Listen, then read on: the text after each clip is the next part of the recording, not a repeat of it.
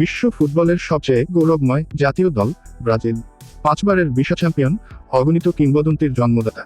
কিন্তু আজ প্রশ্ন একটাই, ব্রাজিলের পরবর্তী কোচকে ডন কার্লো আনচেলত্তি নিয়ে জল আর কত খোলা হবে? নাটকের শেষ কবে? সবকিছু ঠিকঠাক চলছিল।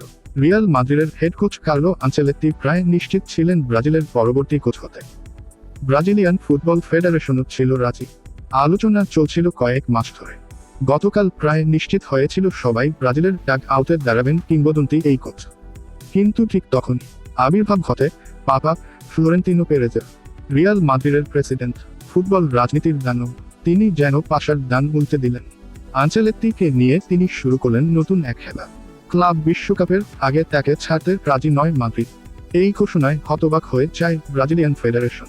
তারা ওয়ের প্রতিশোধ নিতে মারিয়া।